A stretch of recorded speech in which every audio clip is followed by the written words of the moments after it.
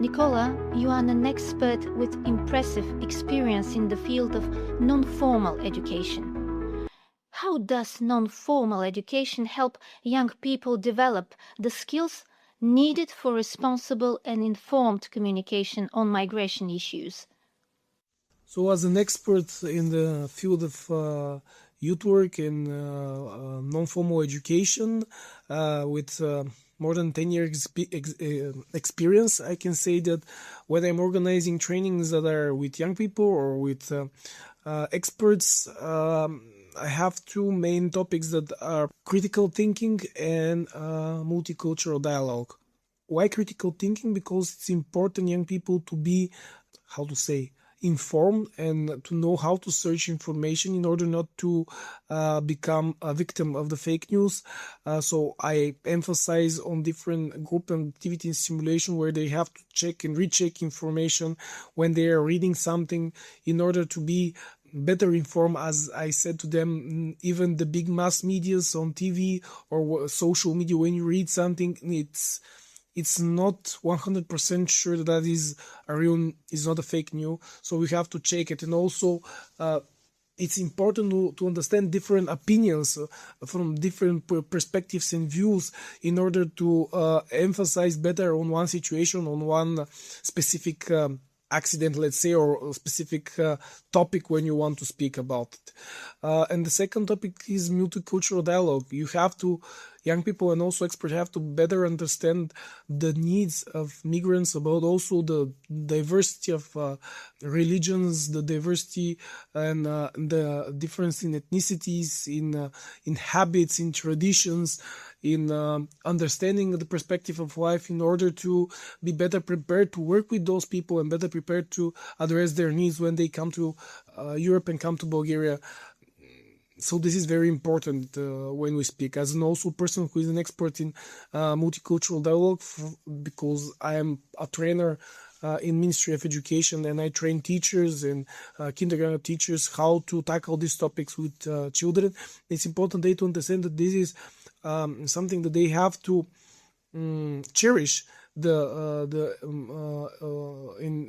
our society, because we are living more or less in a global world when everyone can travel to every place in the world, and we have to have one thing in mind and also have to be more open to understand different people and different ethnicities in order to better embed them in society and better make them part of our society. Because at the end, the most important part of those migrants to not to stay somewhere hidden, but to be embedded in our society in a way they can function properly and they can feel better, not be excluded from it. So the two topics that I emphasize on is critical thinking and multicultural education. How can your background in mediation help foster dialogue around sensitive migration-related issues? As a mediator in Regional Court of Wrocław, I can say that mediation is a very useful instrument in the process of helping people solving their problems and solving their disputes between each other. I haven't had any cases with migrants in which to participate or to help them solve a dispute. But I can say that as a trainer in the field of non-formal education, I've used mediation as a tool to better understand different perspectives and point of views of young people and migrants and young people from that are migrants and etc.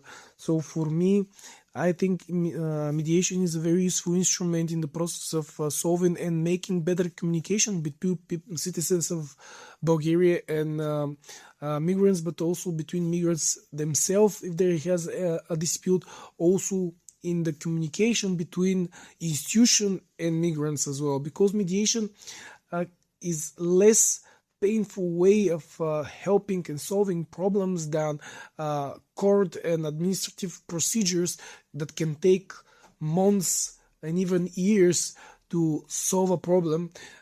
In order that mediators can be very useful in this process, because they can help the two sides to reach a common ground or common understanding about a problem, and this way we're not only using mediation as an alternative way of solving disputes, but also it's a different culture and a way of proceeding and understanding problems, because as we say, we need to use it, and it's also very well fitting mediation as instrument and multicultural dialogue as a topic inside, because this is, I like to say, gentle way, a more elegant way of solving problems.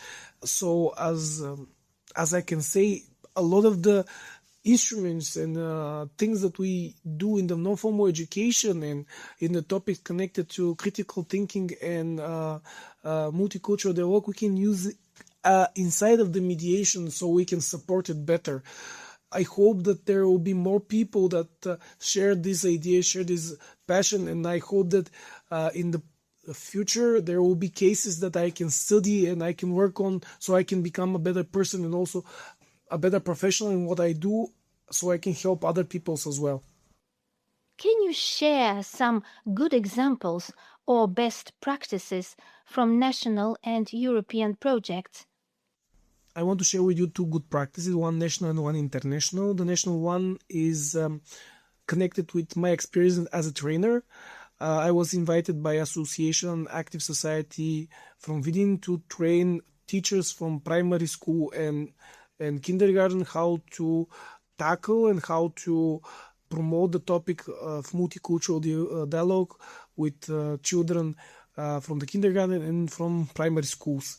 So in a few months, I organized 4 trainings in which I trained 60 experts, teachers from the region of Vidin, how to communicate and how to promote this topic and how to teach it to their children from kindergartens and primary school. The other good practice international, it's connected with the writing of a handbook called Participatory Art, where me and my colleague Nikola Zhivkov, as representatives from Youth Center Vratsa, we participated in writing this handbook with the colleagues from Fit Timișoara, which is a counselor of Youth Center with Quality Labor from Council of Europe. And we created tools and instruments that youth workers can use to help young people better understand topics like tolerance, youth rights, civil education, migration, policy, and etc.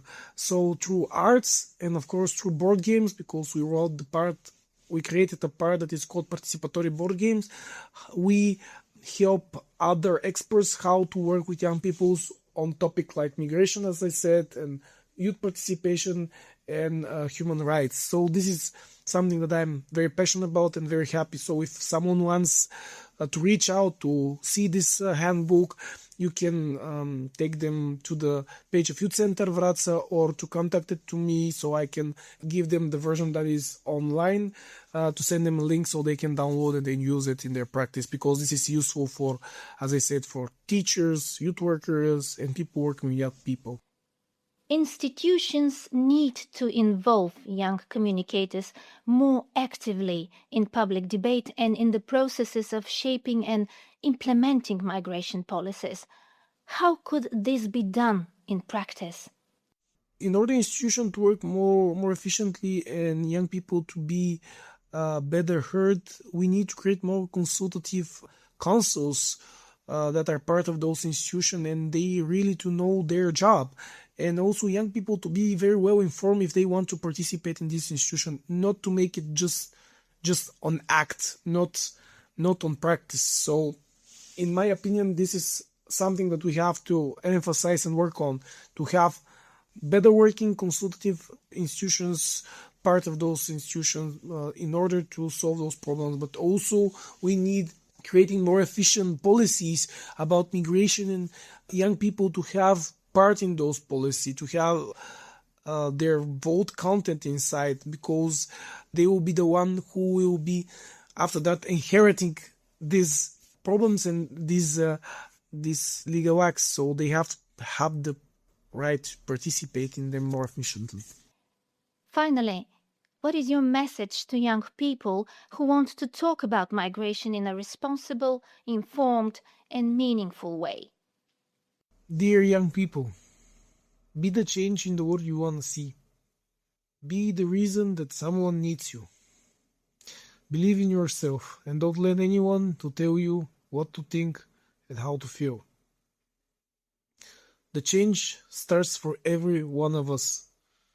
So I wish you luck, good health, and let's create a better world, full of tolerance and solidarity. Good luck, my friends. And to wrap up, if you had to choose just one word, which best captures the role of young people in communication on migration issues? The word for me is solidarity. Dear listeners, thank you for being with us for this conversation about the role of young communicators in the complex public debate on migration. We hope today's episode has given you useful ideas on how to approach difficult topics with more understanding and responsibility. If you enjoyed it, don't forget to share the episode and stay tuned to Crafting Voices.